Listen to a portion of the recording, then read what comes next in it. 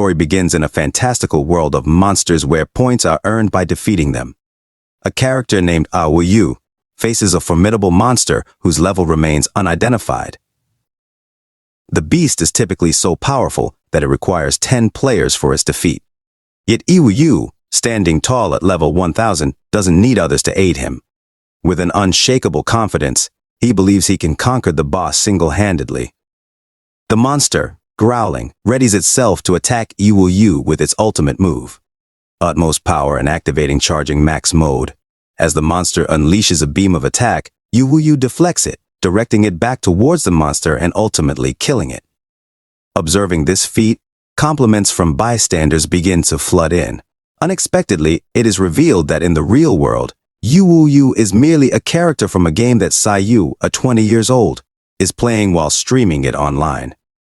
Sayu's phone rings abruptly, indicating an incoming call. It's his friend Wang Bo, calling to inform him that their new homeroom teacher is demanding his presence at school the following day. This news angers Sayu as it interrupts his precious Jia-Ming hours. Wang Bo expresses sympathy for Sayu, especially considering an incident from the previous year that caused Sayu to lose interest in school and seemingly life itself. However, Sayu has no desire for pity, abruptly ending the call as he feels a familiar pang of pain associated with the loss of his friend Yu. His phone rings again, and he initially assumes it's Wang Bo, but a strange logo pops up on the screen. Appears stating that Sayu is one of the chosen players for an ultimate game. This baffles him, but before he can react, his phone levitates by itself, revealing Sayu's character's body stats. Offended by the stark accuracy of the displayed abilities, Sayu's skepticism is further stoked when the phone informs him that he can exchange points for anything he desires. Unable to believe this, Sayu decides to challenge the system by asking it to convert his points into money. Not even a minute passes before he receives a notification that 50,000 yuan has been deposited into his account. Soon after, Sayu is interrupted by a knock on the door. His aunt, who also serves as his landlady, is there to ask for the rent he owes. However, money is no longer an issue for Sayu, now that he has sufficient funds to clear his 3-month debt and pay the rent for the entire following year. His landlady is taken aback by his sudden wealth, causing a significant shift in her attitude towards him. Annoyed by her reaction, Sayu quickly ushers her out. Alone again, he struggles to believe the ease with which he handled the situation. Game could actually be real leaves him stunned. Glancing at a picture of Yui, an idea dawns on him. He could potentially resurrect her if he can truly exchange his points for anything. He asks his phone whether reviving the dead is possible, only to be told that he would need to accumulate 100 million points for such a feat. Even though the task seems daunting, it fuels Ziyu's motivation, overwhelmed by the prospect of reuniting with his lost friend. He resolves to do anything to gather the necessary points, tears of relief streaming down his face. Indicated that a rare task was available, which Ziyu completed in a heartbeat. His task involved collecting litter from the streets in exchange for a single point. Although he faced judgment from onlookers, he remained undeterred, performing good deeds throughout the community such as picking up trash and sweeping. Unfazed by the comments of others, he continued in his pursuit of points. He even took on risky tasks such as cleaning a women's restroom. As the sun set, he had accumulated. Patient, his ultimate goal was to revive Yui. Another notification alerted him that he had won a lottery ticket. He decided not to use it immediately, planning instead to save it for a chance at more significant rewards. Distracted by his phone, Yu tripped over a banana peel and landed on an attractive woman. Embarrassed by the mishap, he quickly apologized, assuring her that he had not intended any disrespect. However, she labeled him audacious for his actions and dismissed his apologies as inconsequential. She demanded compensation as she removed her fur blazer. Yu blushed as the woman acted coyly and shyly, only for her demeanor to shift dramatically as she demanded his points, revealing her weapons and abilities to kill him. Before Yu could comprehend the situation, the woman activated the isolation barrier, trapping all the players within the barrier and out of sync with reality. Unaware of the woman's movements, Yu was caught off guard when she slashed his arm, leaving a deep wound. The woman relished his predicament, considering him an easy target. However, his proposal didn't appeal to her, as she found killing others a more efficient way to gain points. Yu, not prepared to die without having a chance to revive Yu, fled.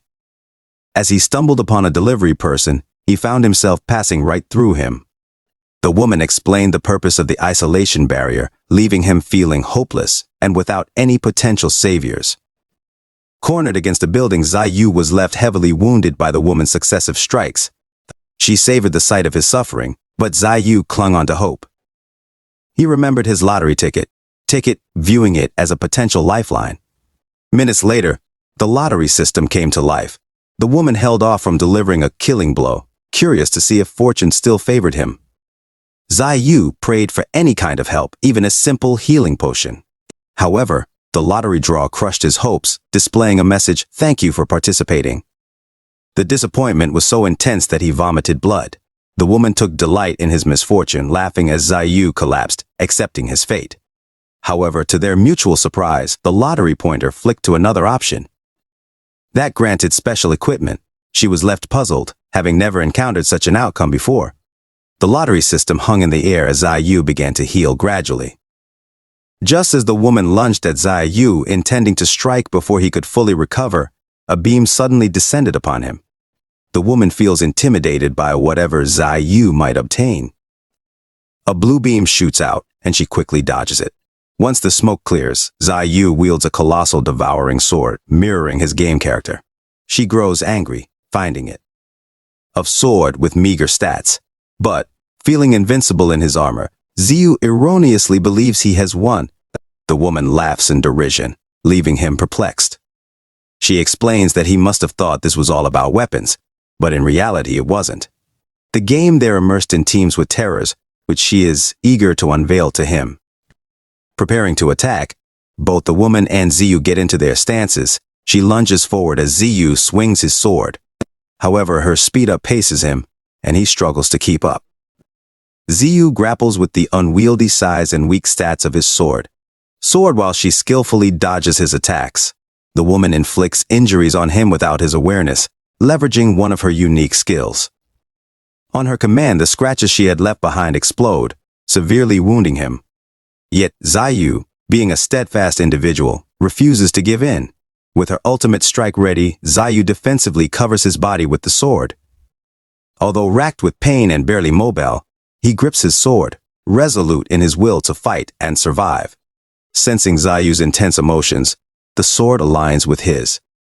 This enhancement confers upon him a rare skill, affording Yu a fighting chance against the woman. Impressed but shocked by this unexpected turn, the woman recoils as Yu, now transformed, attacks her. The renewed Yu relentlessly assails her with precise movements, deftly wielding his sword. Eventually, Yu manages to corner the woman, leaving her bewildered at his newfound prowess. He credits his revival to the resolve she ignited within him, attributing his unwavering spirit to his sword. The woman, now incensed, undervalues his freshly acquired power. Blinded by her contempt, she fails to realize that she has wandered onto his territory. Following that, Yu delivers his killer strike, plunging his sword into the ground and rattling the surrounding buildings. Desperate, she offers an alliance, but Yu is no longer interested. As building fragments and debris fall, they shroud the woman, culminating in her defeat. Emboldened by his formidable form, Yu is now eager to accumulate more points for Yui. After their intense fight, Yu fell unconscious and began dreaming about Yui. In his dream, Yui and Yu are in a fight, argued about a game, though he could only hear what Yui was saying. As Yui walked towards a truck about to hit her, Yu jolted awake in the deserted aisle. Almost instantly, his phone rang. It was Wang Bo informing him that if he failed to present himself at school, their new teacher might request his expulsion. This infuriated Yu, particularly as he had just finished battling a wild woman. As Yu was in the middle of his rant, a notification popped up before him, revealing an urgent mission at Jiang University, a Class F underground. Puzzled by Ziyu's sudden silence, Wang Bo listened on the other end of the line as Ziyu ended the call and started on his way to school. Emerging from the alley and onto the road, Ziyu drew curious glances from girls and even some boys. This unusual attention from strangers surprised him, until he noticed his reflection in a pane of glass. To his disbelief, his appearance had transformed into a lean figure. As he stood there, bewildered, a hint window appeared, explaining that his body fat had been used as energy to activate the devouring sword's power mode. He utilized life energy in exchange for an upgrade, a dangerous feature as it could potentially drain his life energy, putting his life at risk. Ziyu understood the mechanism but had reservations about the wording. Regardless, he decided to brush it aside for now and concentrate on his attire. Looking as if he'd been in a fight or cosplaying, Ziyu needed to change his clothes to blend in at school. He accessed the point store, which offered a variety of items including clothing, and selected the least expensive outfit available, mindful of his need to save money. Towards school, a group of girls fell in love with his passing figure. For Ziyu, their adoration was peculiar and somewhat tedious, though he didn't mind the compliments. Sitting on a bench, Ziyu took a moment to relax. He looked over his avatar status and used his remaining points to boost his strength. He was puzzled to find his level had increased but not his points. He remembered, however, the perverted woman's words points could only be gained by killing others, a task he was not prepared for. After inspecting his avatar, Ziyu turned his attention to his equipment, the Devourer's powering sword. The weapon's power mode seemed to hold more potential than its description suggested. Just as he was contemplating this, a basketball rolled towards him. The player who had lost it asked Ziyu to pass it back. When Ziyu complied, the ball rocketed across the court, smashed into the ring, and shattered it. The stunned players searched for the culprit, but Ziyu had already dashed off and hidden behind a tree. His level 8 strength had granted him extraordinary capabilities. A reminder then appeared, announcing that the level F underground dungeon was now open. Ziyu needed directions. He affirmed and followed the route provided, only to stop abruptly upon reaching the female restroom. Checking that he wasn't being watched, he cautiously entered. The navigation system directed him to one of the stalls, which he opened without hesitation. To his shock, another woman was already there. Frozen by his own audacity, Ziyu could only watch as the woman exited the stall and activated her weapon. She was another player. Believing him to be the school pervert, she attacked, but Ziyu evaded her swing. She was determined to eliminate him. Finally, Ziyu found himself in danger once again, confronted by another fearsome woman. This woman began to attack him before he even had a chance to explain himself. Suddenly, a warning sign flashed, alerting them that the game had detected their conflict and automatically initiated an isolation barrier. She was intrigued to learn that he was a fellow player, realizing she could engage him without restraint. On the flip side, Ziyu unsheathed his sword, intending to fend her off and clarify the situation. As their battle unfolded, the dungeon entrance unexpectedly flung open, and they were instantaneously teleported inside. Upon their arrival, Ziyu found himself in a precarious position, sprawled on top of the woman. Instinctively, she punched him, accusing him of harassment. However, they could no longer continue their personal feud now that they were inside the dungeon, surrounded by monstrous creatures. Ziyu was anxious about facing the dungeon alone and received harsh judgment from the woman, as he was the one who had initially planned to enter alone. That the colors indicating the monsters' names reflected their level of threat to him. Ziyu saw their names in yellow, a color signifying formidable opponents for his level. For the woman, however, the names appeared in white, indicating that defeating these monsters would be relatively easy for her. Preparing for the upcoming battle, she transformed into her combat attire. Despite being heavily outnumbered, she effortlessly overpowered the charging monsters. Ziyu watched in awe as she flaunted her superior combat skills. Suddenly, he noticed a monster creeping up behind her. To her defense, his attack, however, inflicted minimal damage on the monster. The encounter with her presented a different impression altogether. After dispatching the nearby monsters, the woman introduced herself as Shen Yuniao, to which Ziyu reciprocated with his own introduction. However, he seemed oddly familiar to Shen. Dismissing the notion for the time being, she extended him an invitation out of sympathy.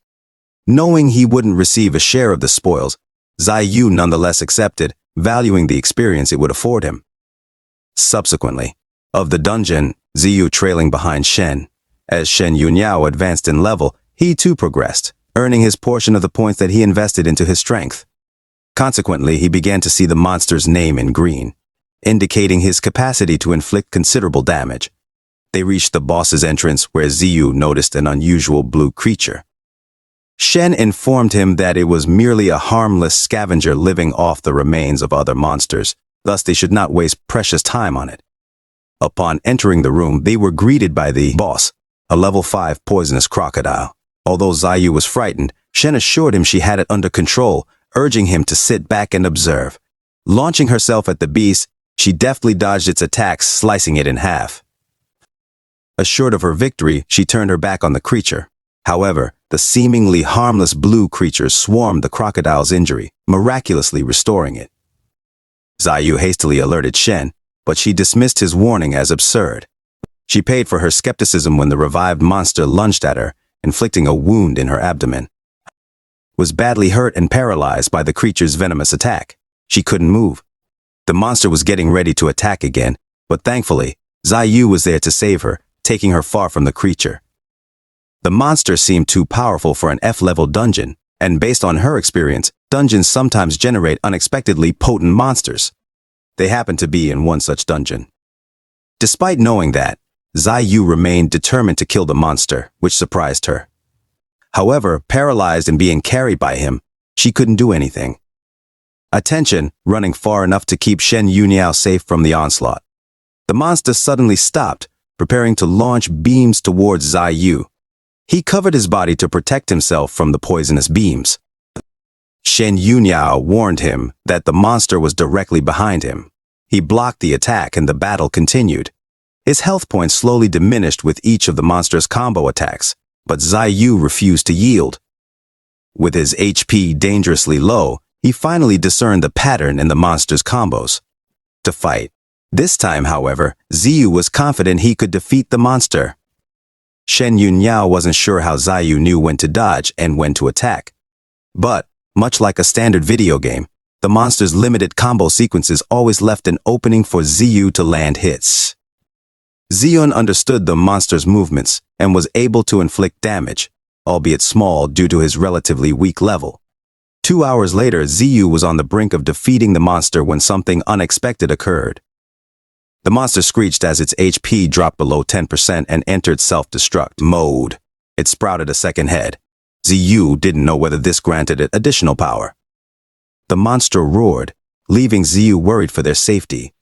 Unaware that the monster possessed a backup function, he lamented the 2 hours he had spent attacking in vain. The creature shifted its leg, narrowly missing crushing Ziyu. His gaming experience suggested that even powered-up monsters maintain the same attack patterns. Yet, he could not risk a trial-and-error approach due to his critically low HP. Subsequently, the monster's focus appeared to shift from him to Shen Yuniao. As the beast advanced towards Shen Yuniao, she was filled with regret for not purchasing healing medicine before venturing into the dungeon. Accepting her imminent death, she braced herself. However, an unexpected event occurred. Ziyu intervened, shielding Shen Yuniao and absorbing the hit on her behalf. He confessed to Shen Yuniao that she reminded him of Yui, and that he could not bear to watch another girl perish before him. Consequently, Ziyu's heartbeat became erratic, triggering his power mode. This mode, as he had predicted, automatically activated when his life was in danger. Robust energy surge then erupted from Ziyu's heart, pushing his power capacity to a staggering 120%. Despite his HP being reduced to 1%, Ziyu stood stronger than ever. Subsequently, the monster charged its beam and launched an attack at Ziyu. To everyone's astonishment, a single swing from his sword not only halted the creature's assault but also pierced through the monster. The final blow from Ziyu's legendary 99999 blades slew the monster, sparing both his and Shen Yuniao's lives. Shen Yuniao watched in awe, struggling to comprehend the unbelievable events that had transpired. As tranquility returned and the moon ascended, the team captain claimed the reward before sealing off the dungeon. Immediately afterward, Ziyu collapsed, losing consciousness. 5 days later, he awoke, jolting up from a dream about Yui. In his semi-conscious state, he reached out and hugged what he thought was Yui, but in reality it was Shen Yuniao. Startled and furious at this overstep, Shen Yuniao instinctively pushed him back, causing him to collide with the bed frame. and couldn't help reflecting on the near-death experience. He then remembered the peculiar sensation he experienced when his power mode had activated. With a quick check on his phone, he found that his level had synchronized with his weapon level, resulting in the unlocking of new skills. The status of his equipment was also updated, including the blade description, which temporarily enhanced the player by absorbing various energy sources. As he was engrossed in observing the changes in his status, Shen Yuniao watched him quietly.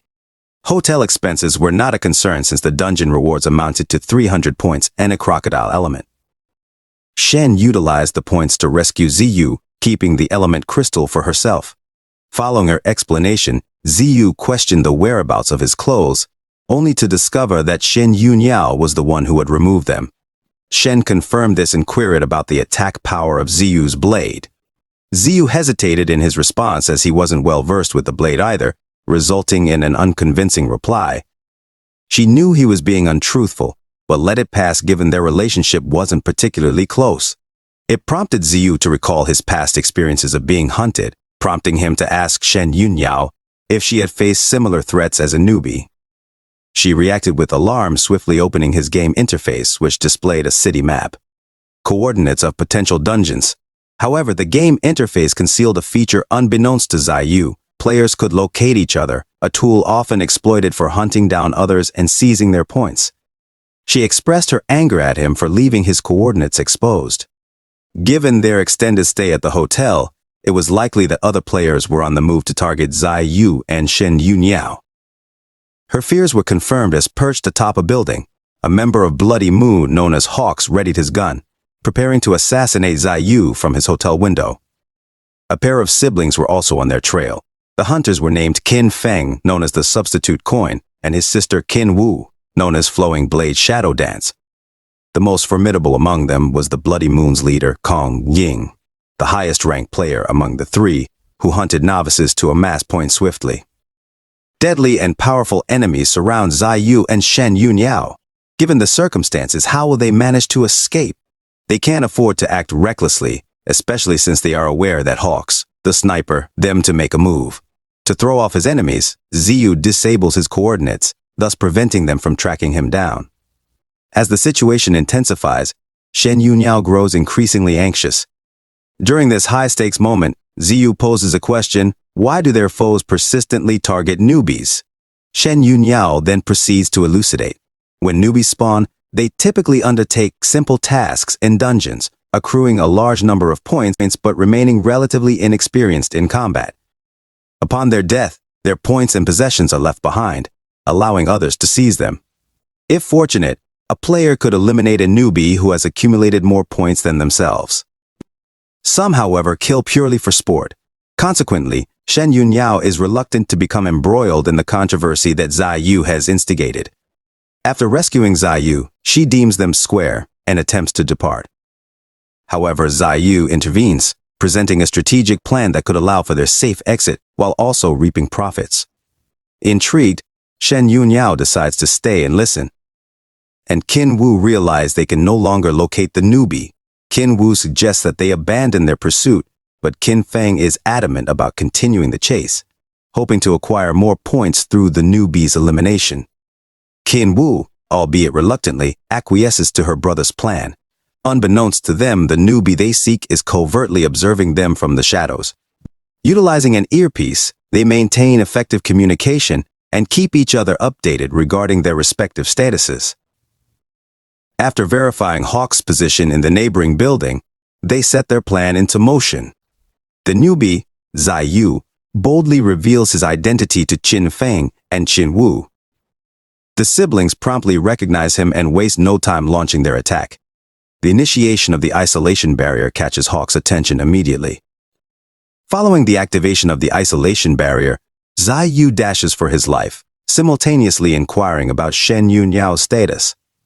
Her role is critical. She must monitor Hawks and await the opportune moment for him to take aim at the newbie. As Ziyu veers into a corner of the building's hallway, the siblings remain hot on his trail. Strategic move, Qin Feng teleports his sister towards Ziyu, providing her with the proximity needed to strike at Ziyu using her katana. This sudden and unique move caught Ziyu off guard, but he promptly dodged her attack, now standing before Zai Yu as Qin Wu baiting him towards Hawk. Oblivious, Hawk fired at her, mistaking her for a newbie. Qin Wu sustained an injury and her HP decreased, albeit not significantly. This incident infuriated Qin Fang, who noticed another player by the building, luring them using the apparent newbie. Qin, her brother, that if they persisted in attacking the newbie, the player from the opposing building would retaliate. Qin Feng's focus was now directed towards defeating Hawks, situated on the other side of the building, by using his teleportation abilities, powered by his coin skills. Meanwhile, Hawks was bewildered. He hadn't finished off what he perceived to be a newbie.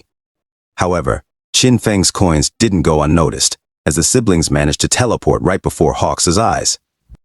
A fight ensued between the strong players, while Zai Yu and Shen Yuniao quietly slipped.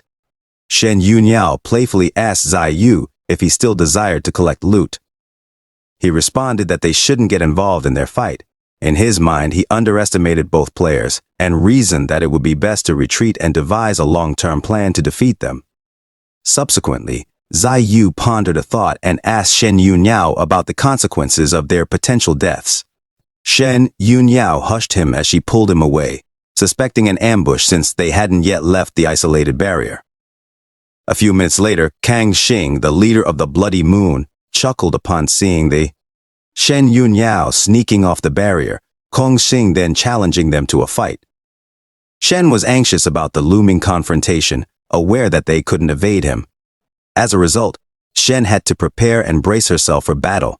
Kang Xing descended from the building, his demeanor radiating strength and confidence. Additionally, Shen Yuniao advised Zai Yu to leave the leader to her, assuring him that she could handle the situation. Demonstrating her impressive swordsmanship, from this, she surmised that Kang Xing's skill level matched her own, judging by his formidable strength. Following that, Shen Yuniao turned to Zai Yu and instructed him to replicate the move he had used in the dungeon. This tactic, she believed, would leave Kang Xing without a fighting chance. However, Zai Yu hesitated, fearing he might perish before Kang Xing. Kang Xing felt slighted, as Shen Yuniao averted her gaze, interpreting it as an underestimation of his abilities. He seized this opportunity to spring towards her, launching an attack at a speed of 2.5. She couldn't match. Unexpectedly, Kang Xing wasn't targeting her, but rather Zai Yu, in a strategic move to accrue points effortlessly. Luckily, Zai Yu reacted swiftly enough to parry the attack with his sword. The abrupt maneuver caused him considerable discomfort, as his level and energy were not on par. Nonetheless, Zai Yu's effort left a favorable impression on Kang Xing. To assist Zai Yu, Shen Yuniao unleashed a thunderous hurricane. However, Kang Xing managed to deflect her attack with his killer cross, inflicting damage on Shen HP. At this point, Kang Xing found himself impressed with the duo's strength. Subsequently, Kang Xing proposed a deal to Shen Yuniao that didn't involve surrendering or forfeiting his points.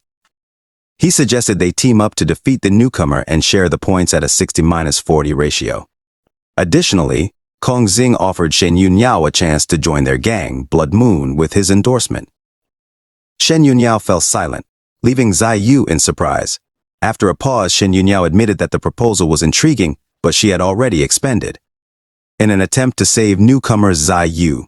Furthermore, Shen Yuniao expressed her disinterest in joining a novice hunter guild, despite its rank among the top 10. On the other hand, Zai Yu was relieved that Shen Yuniao wouldn't trade him for points. He shifted his focus onto Kang Xing, formulating a strategy to overcome him, a plan heavily dependent on Shen Yuniao's assistance to avoid becoming a liability. It's noteworthy that Kang Xing is not only shrewd, but also attempts to sway. Xiao Yu teamed up, acknowledging Kang Xing as a formidable opponent they couldn't easily defeat. Shen Yuniao led the assault, but was distracted by purple beams, causing her to lose focus on her attack. As she observed a section of the building disintegrate, she missed Kang Xing's offensive. Fortunately, Xiao Yu intervened to protect her and bring her back to her senses. Shen Yuniao later revealed to Xiao Yu that Kang Xing wasn't acting alone. Through the tear in the barrier, another figure had emerged. This individual, known as Shadow Killer, was a newcomer from the Bloody Moon gang. Known for his bloodthirsty nature and laconic demeanor, always present for the kill, Shadow Killer blocked Zai Yu and Shen Yuniao's retreat, preventing them from escaping.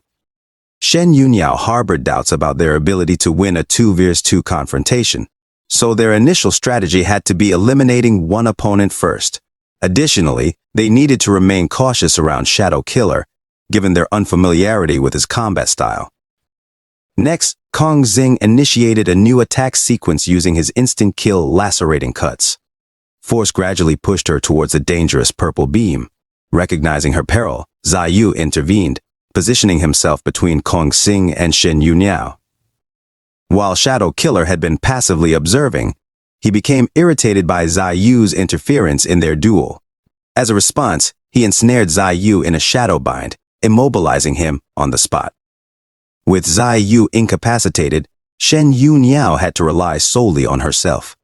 Despite her dwindling energy, she retaliated fiercely, launching an attack that sent Kong Xing reeling across the battleground. Kong Xing's minor injuries, Shadow Killer was compelled to watch his back. Yet, Kong Xing remained undeterred, confident in the knowledge that Shen Yuniao was rapidly running out of hit points and energy. Realizing her limitations, Shen Yuniao urged Zai Yu to deploy his trump card.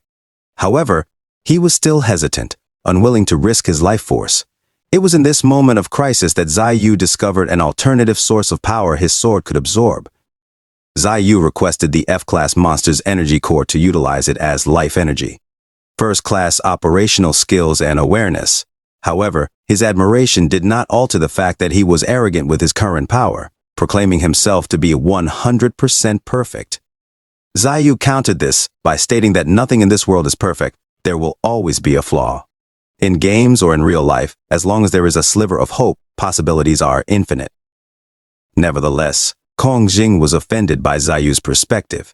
Reflecting on his past, he recalled his childhood when he had become disabled after a car accident and was rendered. Despite his disability, Kong Xing refused to allow anyone to deter him from persevering and never gave up on life. Regardless of constant discouragement and belittlement of his potential, he managed to gradually ascend step by step. His life changed when he discovered a game and was selected as one of its players. This opportunity allowed him to find life worth living and to become 100% perfect.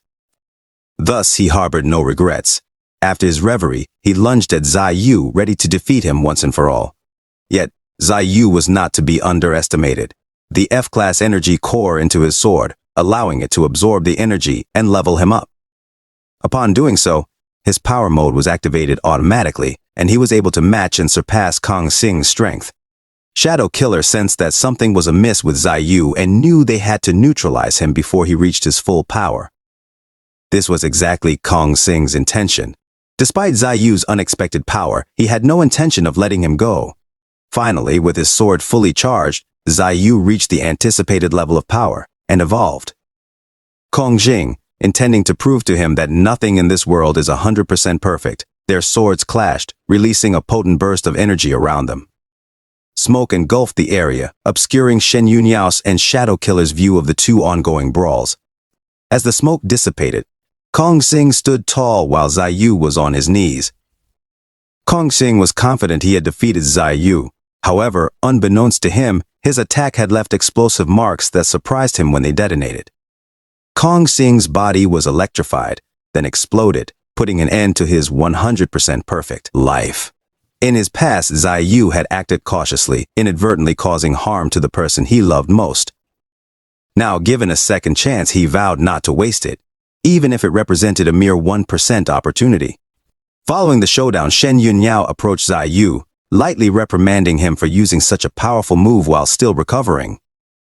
In reality, Zai Yu was acting tough, masking the pain coursing through his body. He needed to hold on a bit longer as the assassin was still nearby. Shadow Killer was astonished to see Kong Xing defeated by a single slash. He observed the two players below him and, seeing Ziyu struggling for breath, hesitated to launch an attack. Ziyu noticed Shadow Killer and challenged him to a fight, but Shadow showed no interest in combat and left, tearing a rip in his barrier. After his departure, the isolation barrier started to lift and the buildings began to restore themselves. A wave of relief washed over Ziyu, and he collapsed on the grimy floor, allowing his body to relax. A small container box floated before them, notifying them to collect their loot for successfully. Ziyu was thrilled to open the loot box, and once he did, a bounty of rewards flew out. Overwhelmed by the sheer volume of loot in the box, Ziyu couldn't help but rejoice. He clutched the rare equipment he found, glad that all his hard work had paid off. Meanwhile, Shen Yunyao saw things differently.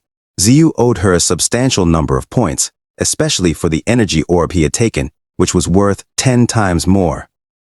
Ziyu argued that he had nearly died fighting Kong Xing, but Shen Yunyao retorted, smacking his head and saying he would have been long dead if not for her.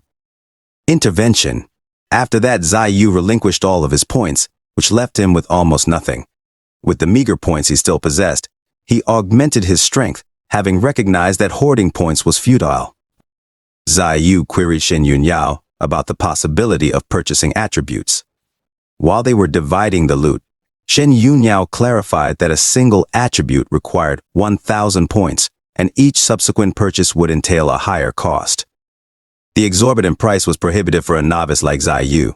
Only affluent players dared to engage in such extravagant spending. Shen Yunyao elaborated that individual players like themselves often invested substantial time discerning the optimal strategy for the game. For instance, Shen Yunyao planned to allocate her points towards crafting equipment to address a variety of circumstances. She urged Ziyu to determine his path based on his own insights. Upon completion of the loot division, Ziyu was initially ecstatic, but his smile faded quickly when he noticed his pile was filled with worn-out, broken items. Ziyu vented his frustration at Shen Yunyao with a fiery gaze. Burst only earned him a sharp knock on the head from her. Subsequently, Shen Yunyao set her loot aside and handed Ziyu a medicinal tortoise water, a potion capable of concealing the player's heartbeat and breath for 30 minutes, at the cost of a temporary 90% drop in stats. Ziyu was unsure about the utility of the potion, but he kept it nonetheless. Later, he realized that Shen Yunyao had departed without him, and he had no means to contact her. In her absence, he focused on scrutinizing his loot. Ziyu was genuinely disheartened by the subpar loot he had acquired, despite risking his life in combat. Among the loot, he identified an odd rock that appeared to originate from an underground dungeon. In his frustration, he unintentionally struck the rock against the ground, causing it to crack. To his surprise, the rock began to glow, and a notification announced that he had acquired a rare item. The rock appeared to be the egg of a creature. This discovery elated Ziyu and brightened his mood. End of part 1 to 10. Please leave a comment and suggestions. Subscribe for more manhwa recap stories. Thanks for watching.